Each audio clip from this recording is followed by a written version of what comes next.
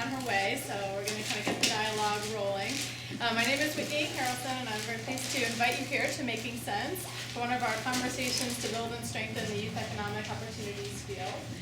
And we're thrilled to be collaborating today with a team from UNC.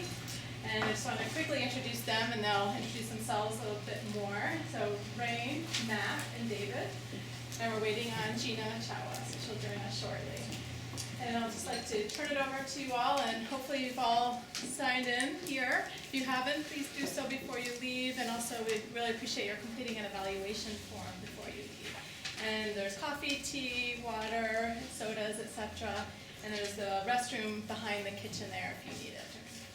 Thank you very much. Great.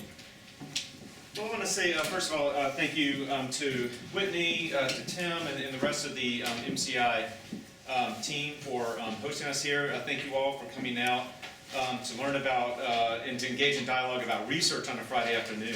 Like the perfect way to end your work week, right? Talk about research. But we're excited to be here. I should say that Rain and myself are both PhD students at UNC Chapel Hill in the School of Social Work. And David is a PhD student who is closer to finishing than Rain and I at Washington University in St. Louis. And those of you that follow the asset development field may be aware of the Center for Social Development at WashU, headed by Michael Sheraton.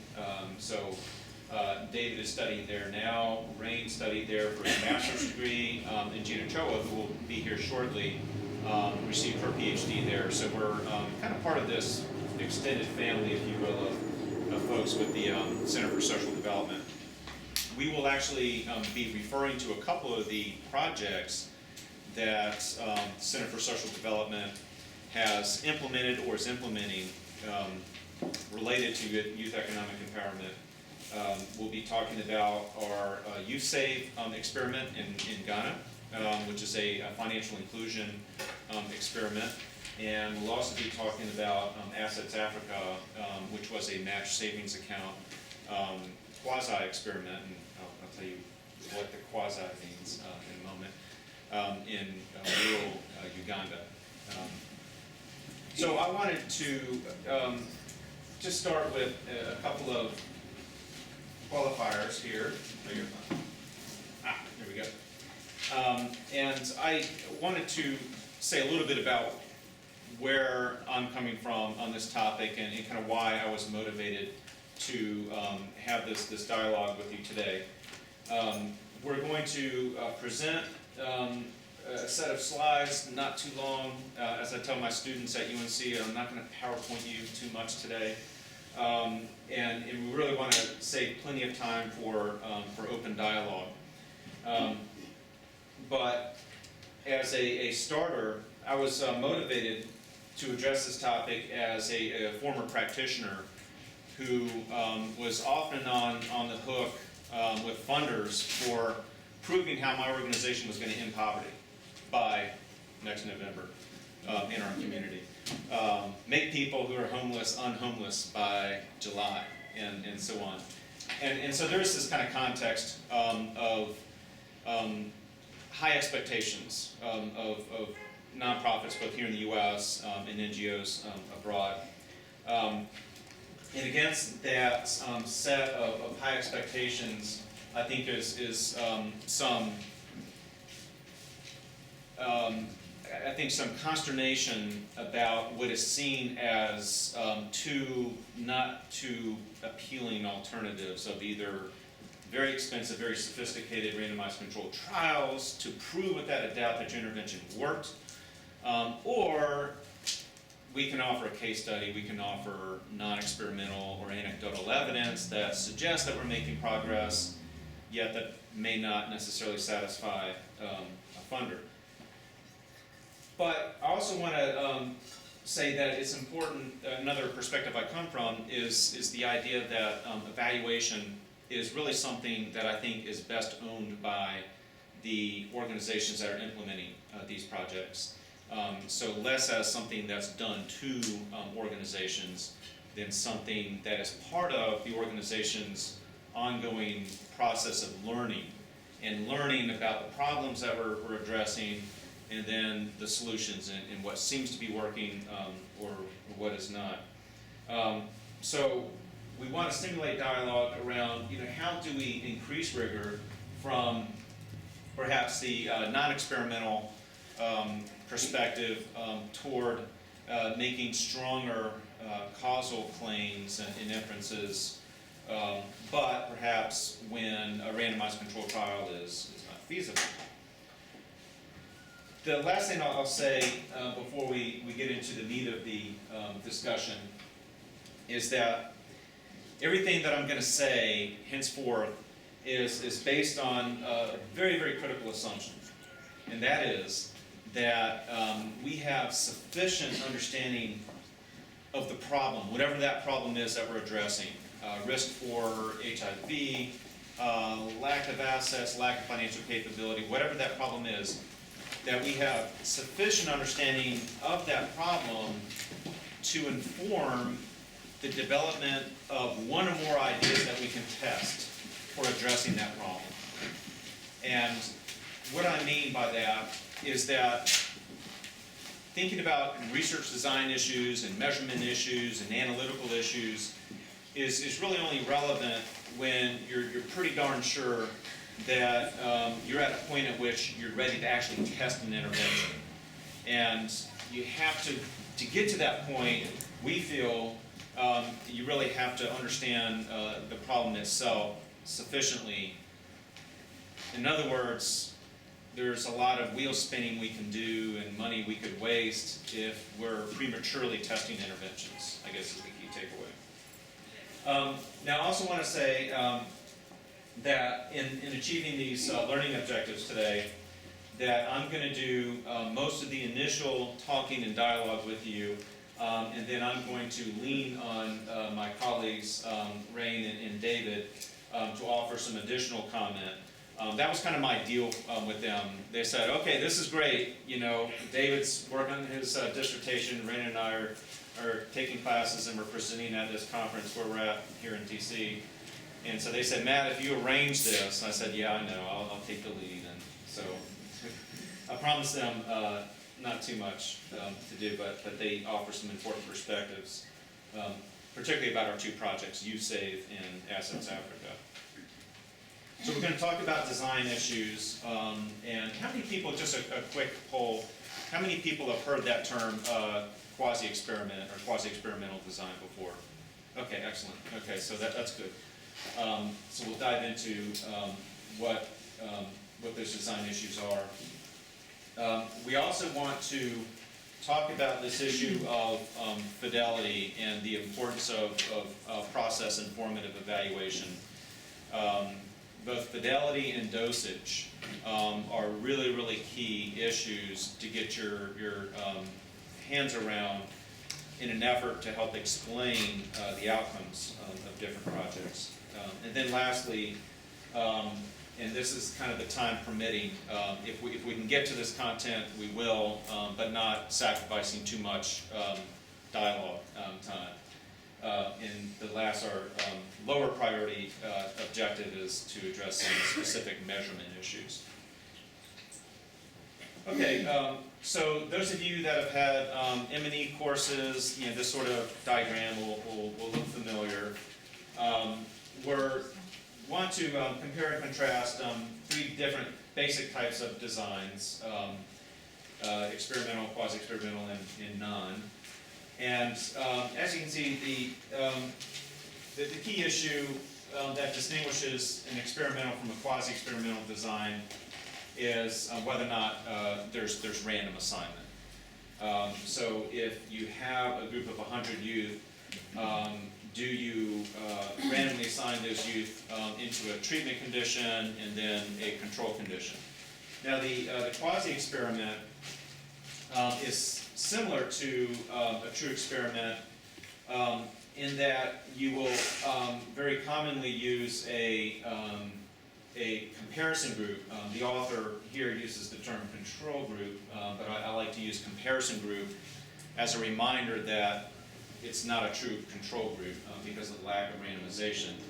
Nonetheless, what you're trying to do is use a group of people that don't get your intervention to be able to determine if the intervention itself had an effect. So, randomized assignment, probably the most important thing to know about randomized assignment, in our opinion, is that we have a much better opportunity to attribute outcomes from the intervention to having received the intervention and not to some other factor. And this is particularly important when we're talking about unobserved factors. So think about youth economic empowerment types of interventions. Can somebody just throw out one type of, what's one thing we can do to empower youth economically? Savings different ones. Savings? So access, okay, so access to savings accounts. And if we had a group of youth who were interested in having access to savings accounts, and they were going to comprise our treatment group. So we're going to say, great, we're going to give you access to savings accounts and maybe couple that with some livelihoods training or something like that. And then we want to have a group of youth who don't get that access. What would be an important thing that maybe is hard for us to really measure, but that might explain differences between the two groups after the project is finished? What would be an unobserved factor? One of those things that are really hard to measure, that could explain whether or not a youth saves more, is more financially capable, has more income, etc. Difficult to observe health status of the household. Okay, so health status of the household. How can we, reliably measure that? It's possible, but potentially expensive and time-consuming to get those observations. What about something that's kind of more difficult to measure, that might explain outcomes? I'm sorry, I'm being kind of obtuse. Family values in relation to savings and investment. Sure. So the values and attitudes of the family members around savings. Yeah. How do you get at that? How do you determine who within the household has influence with the youth concerning their attitudes? I'm sorry. Oh, sorry, just to get to your original point of empowerment, how do you measure their empowerment after providing them with access to the loans? How do you Right. measure empowerment? What changed? What is empowerment? Yeah. I mean, boy, talk about a loaded construct, right? And I bet we'll get 38 different definitions of empowerment. We went around and asked everybody. Yes, and so related to that, there's the difficulty of whether or not we can observe everything that we need to observe that we think might affect the outcome. And then there's this other issue of things we can't even really reliably measure, like motivation and ambition and just being organized. Is there any kind of standardized instrument for just having your things in order? I don't know. Maybe there is. But the idea here is with randomization, the thing that makes it so appealing is whatever those both observed and unobserved differences between the two groups might be that would explain outcomes. With randomization, you can safely assume that those factors are equally distributed between your two groups. So not only do the two groups have the equal chance of getting the intervention, but they have an equal chance of having family health issues or family attitudes or whatever, both positively or negatively, that would affect the outcome. And we're usually assessing outcomes over time and determining the change from one state of, say, financial capability to another state over the course of the intervention for both the treatment group and the control group. And this will be a little bit clearer when we use one of our examples. So YouSave is our financial inclusion experiment in Ghana. It's part of the YouSave consortium, which is a MasterCard Foundation funded project that includes Save the Children.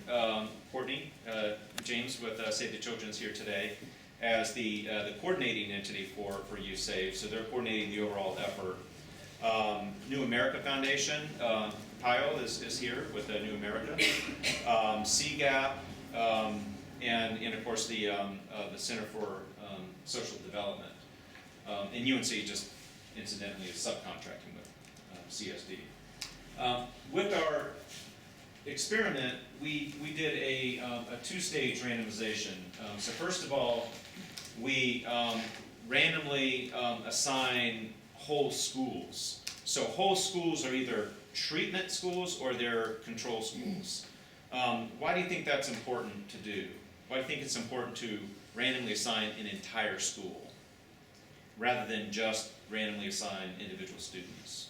Influence in the school, kids talking to kids. Absolutely, yeah. So contamination, social interaction effects. If you have some groups of students in the same school receiving the intervention, there's a good chance that the control group students who are not supposed to get anything could in fact get some spillover, some ideas about saving, very dangerous ideas about saving. So that's why we did what we did, and so we have 50 treatment and 50 control schools, and they are in different communities. And at each school, 60 students randomly assigned, and then 60 students from each of the treatment and control schools. And our treatment schools and students are getting access to savings accounts. They're getting in-school banking. They will probably get kind of low-touch financial education nudges around savings, so kind of targeted messages around saving. And we're looking at the impacts on a host of different youth development outcomes, and of course ultimately saving and asset accumulation. And we have two waves. We have a baseline data which we collected this summer, and then the second wave will be collected in 3 years. So why is it different, or why is it important to have these two different observation points for both the treatment and the control group? So for instance, we want to observe youth savings behavior now in August of 2011, and we want to do the same observation 3 years later, again, for both the treatment and control group. Why is that important? Stickiness. Did something stay with you over time? I'm sorry. Stickiness. Stickiness. So what is the same? What stays over time? Oh, what stay? Okay. Okay, absolutely. So looking at kind of longer term effects, not just, hey, we did this 10-hour financial education workshop, and immediately after the workshop, do you know more? Usually you're going to know something more, unless you just totally didn't pay attention like my students do in my classes. No, kidding. It's longitudinal, so we've got a 3-year period over which we can observe differences. It's also important because youth do what? Particularly when they're 12, 13 years old, and then they're 15, 16 years old, 17 years old, 3 years later, they mature, they develop. Their capacity to engage in abstract reasoning grows. Their awareness of the financial world around them grows. And that's going to be true for both the treatment group and the control group.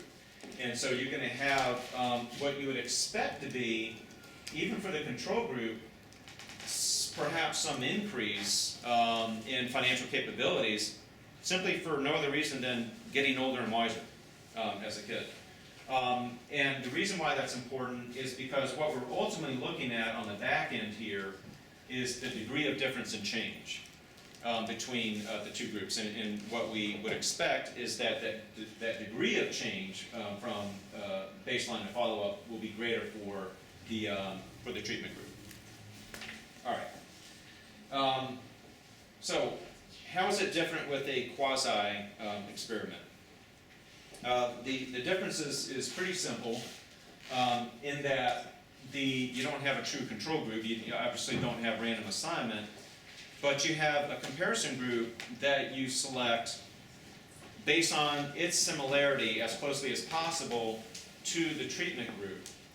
But not similarity for similarity's sake, but similarity particularly on key variables that either your theory or evidence from the field suggest would affect that outcome.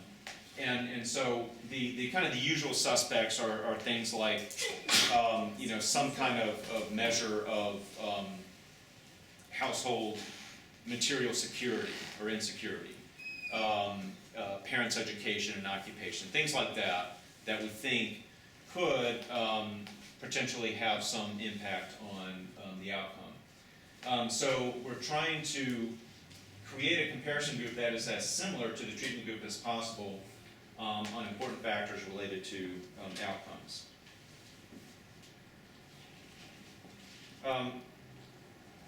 So an example of this is from the Assets Africa project in the Masindi district of rural Uganda.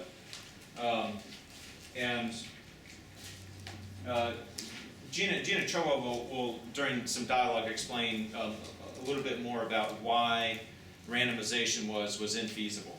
But suffice it to say, as I'm sure you all are aware in the field, there's a number of reasons why randomization is either impractical or it just may not be particularly ethical or palatable. Particularly when you consider the fact that we have something really, really good for youth, and you're the lucky ones, you get it, and you guys, sorry, but our research is more important, and we're going to deny this to you. The quasi-experiment in comprising a comparison group creates the possibility that perhaps within the same community, we're not necessarily denying the intervention to a group of people who are aware that they're being denied an intervention. This is perfect timing because the principal investigator for Assets Africa has just joined us. Let me introduce you to Dr. Gina Choa, who is an advisor to the three of us. And so she has extensive experience in this field and knows way more about Assets Africa than I. So Gina, we were just talking about the key differences between experiments and quasi-experiments, talking about Assets Africa and comprising a comparison group of individuals not from the same villages but from different villages, and that's important. So these were villages 20 miles away from the treatment group villages. But as much as possible, trying to find a group of people who are similar to the treatment group. However, as you can see, what we found is that there were statistically significant differences. So the two groups did not match well on things like gender and education. And those could be things that would affect outcomes. Now, does that mean that whatever we find, we have to qualify our results and say, yeah, we found great things, but don't really believe anything we said because there are these important differences? No, there are some ways to statistically kind of adjust for those differences. But here's the key thing: only for those differences in things that we can actually observe, like education and gender. what becomes much more difficult with a quasi-experiment is if there is some unobserved difference between your treatment group and your comparison group. And quick illustration would be, are you all familiar with IDAs, individual development accounts here in the US, match savings accounts? Well, one of the features of IDAs, which are just an asset development intervention, is that people tend to self-select, to say, hey, sign me up because I want to become a homeowner. I want to start a business. And you can say, okay, great, so we've got our treatment group of people that want to get this asset development help. And then we can say, no worries, we're going to get a comparison group, and we're going to find a very similar community that has very, very similar characteristics as our community. And we're going to work with another NGO or nonprofit in that community to comprise a comparison group. And we make sure that that comparison group has the same proportions of people based on income and education and so forth. But what would the key difference be? Or could that key difference be? Interest, yeah. So they've self-selected based on motivation and ambition in the intervention itself, and you have no assurance that this comparison group in this other community has anything near the same level of interest and motivation. And in particular, with design, we have to pay really, really close attention to motivation because we know there's tons of studies that tell us motivation drives a lot of behavior and a lot of behavior change. Okay, so I'm going to stop talking for a moment there and invite Dr. Choa just to offer some additional comment about the Assets Africa quasi-experiment. And Gina, you and I have talked before about what were some of the practical, ethical considerations in working with your NGO partner and determining that a quasi-experiment was the way to go rather than a randomized experiment. So I wonder if you can talk both about how and why the project came to that conclusion, and then what were some of the both kind of benefits and challenges of that decision. So I don't know if you've explained that the host organization in Uganda was International Care Relief. Now they are called Build Africa Uganda. And they were already working in the communities that we were going to work with. And one of the issues was how do you randomly select and tell one person we are going to match your saving, and the other person, no, we are not going to match. We are not going to get anything from this project. So they are in the same community with the same socioeconomic characteristics, the same context. So how do you tell one we're going to help you and the next one say we're not going to help you? And so that was an issue, and so we decided, okay, instead of randomly selecting within a community, we are going to go with one community and work as a use that community as a treatment, and use another community where Build Africa was already working in. And so they had projects in there, for example, they had built some schools. And so there was a benefit that they were getting from Build Africa, but not from this project. So because we were not randomly selected, we could not go with an experiment. So we had to do a comparison and do a quasi-experiment. The other issue was working with the village community leaders. So how do they select who within the community is going to be part of this project and who is not going to be part of this project? That brought up ethical issues as well. So what criteria are they going to use? Are these criteria objective? Is there any favoritism that they are using to select who is going to be in the project? And so we had to go back and really think about what are the criteria that they're going to use. And so they had to really have a list of, for example, have these people already been in a project? What have they gained? Where are they at financially or economically? And so do they still need help? So there was, and we used village, what we called local development committees, parishes. or local development committees, or LDCs, and these were people who had already worked in the villages, and they knew the individuals quite well. But obviously, like I said, it might bring some nepotism. People might favor others instead of another family. So apart from that, we had to have independent people within the community who would sort of give us a yes, this is true, right? And the local government as well, which was working in the communities as well, had to have that list and okay it as well. So we had like 3 stages of saying yes, this is fine. So those were like 2 of the major ethical issues that we had, but there are other small issues that we could go into details with. So finally, we just decided we could not go with an experiment. We had to go with a quasi-experiment. Any questions for Dr. Cho at this point about those kind of those key decision points then about that choice between randomized assignment or not?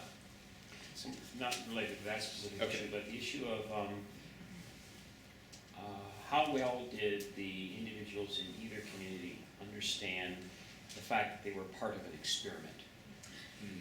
So we had several, this took, before we could start the experiment, it was 3 years of going in and out of the community. So we were really, we had this back and forth, but that's not the typical time that you would engage in before you get into research. But we were graduate students. We were working with an organization that had never done research before. We had to iron out several issues before we decided on certain issues. For example, which bank were we going to go with? So there were banks, local financial institutions, that were microfinance institutions, who could not conduct a research with us. And so we went into the community, talked to all these financial institutions, and some said yes, some said no. But we really wanted an institution that would not collapse in the middle of the experiment. So we had to go with Stanbic, which is based it's headquartered in South Africa. It's a South African bank. Yeah.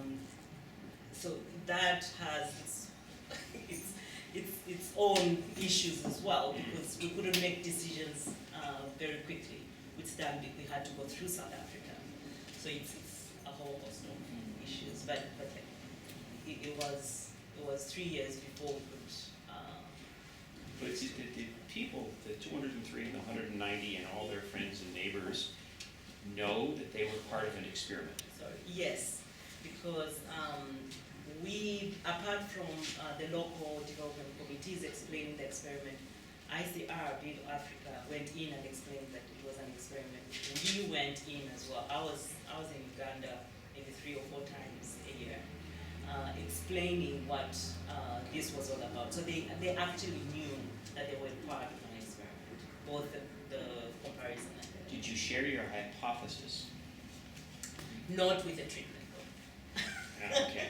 Not with the treatment. So it was blind. It was a blind Okay. experiment. So what they knew was they were in a quasi-experiment study.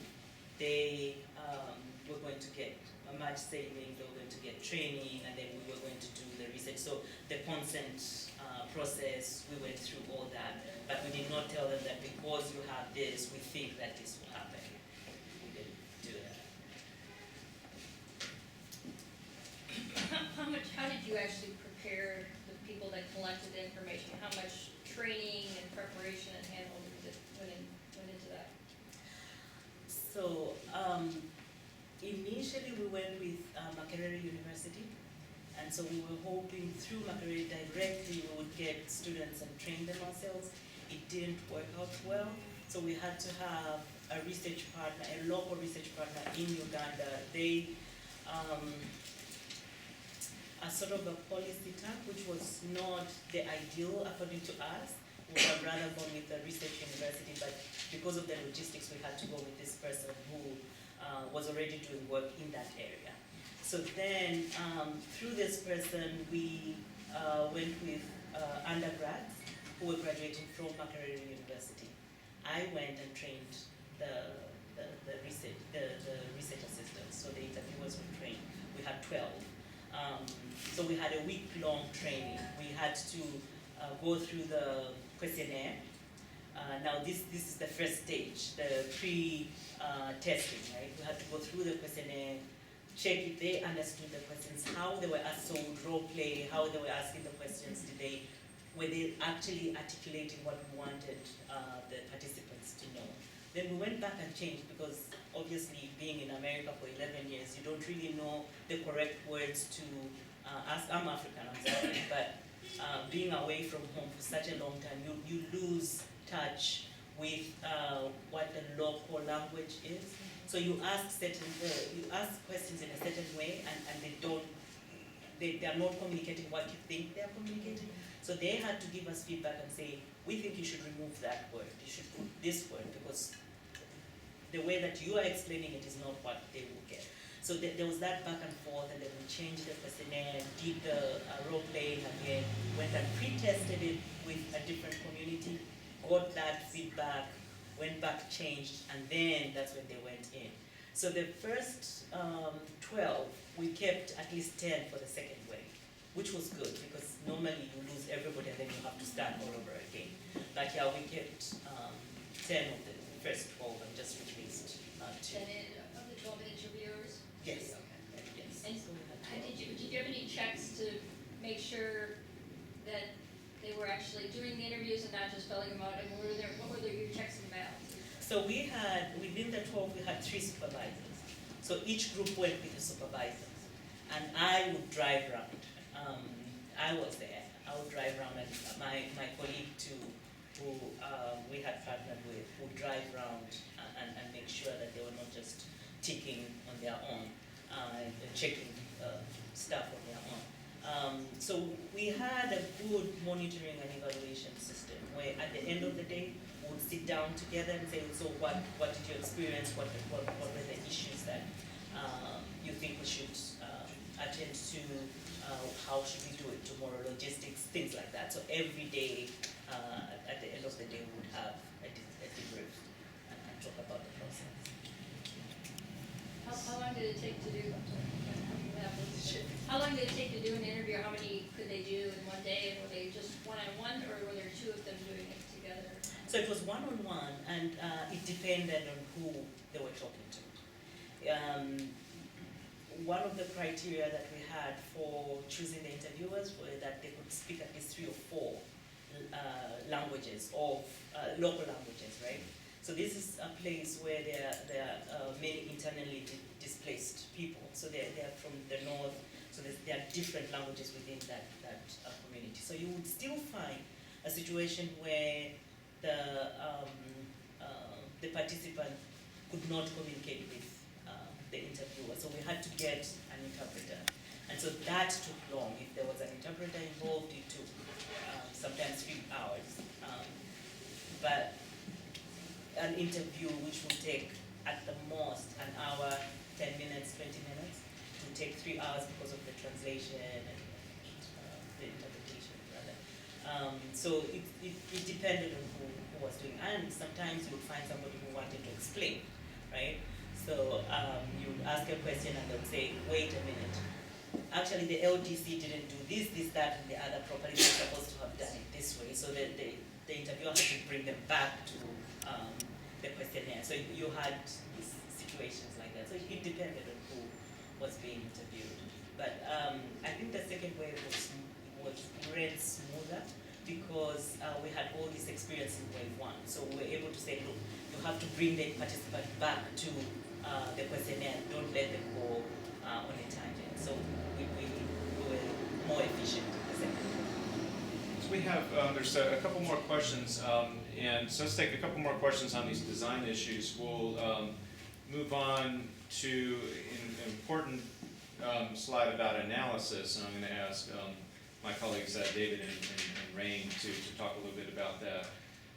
And then we'll end the presentation part of it just on the final issues of fidelity and dosage, and then open it up for full discussion. But it just occurred to me, Sorry, I left my manners back in North Carolina. When you ask a question, tell us your name and your organization. Sure, Anita Campion from AZMJ. And sir, you Eric Austin from Creative Associates. Okay. And I imagine a lot of you probably already know each other, but just in case. And so, can we go to your question now? Oh, yes, Angela Spino from Commodics International. A follow-up to that gentleman's question over there in terms of, you had mentioned that all participants in the treatment and comparison groups were aware that they were part of an experiment.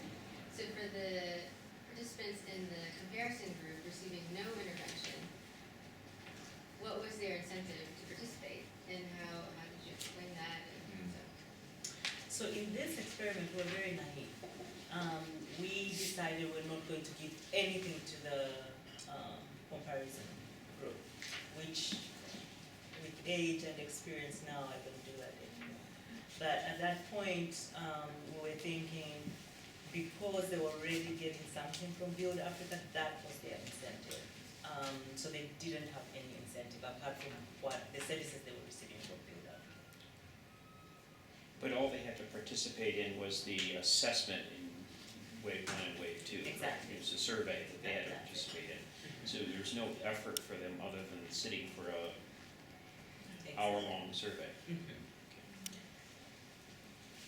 Yes. Nancy Taggart at EDC. This is probably an issue for the end where we talk about challenges with measuring youth outcomes, but one of the things I was wondering about was the intervention was a package of services, if you will, the knowledge savings and the training and education. And one of the things we're interested in and trying to, I'm interested to why you didn't separate out, because if it's a package, it's hard then to see, okay, it's all or nothing, but was it the training or was it the knowledge savings that really helped contribute to increased net worth or the wealth? And that's something that I think would be really interesting to try to get at more, because where we put our money, we put it into the access to the resources or the training and support and all of that. So the theory behind this intervention, I think I'll let the two gentlemen go in depth later, but the theory behind this project shows that it's not just one little thing. It's a package, it's a bundle of services that brings about well-being. So we did not want to just do savings or financial education, but we wanted to see what the package, what the impact of the package is.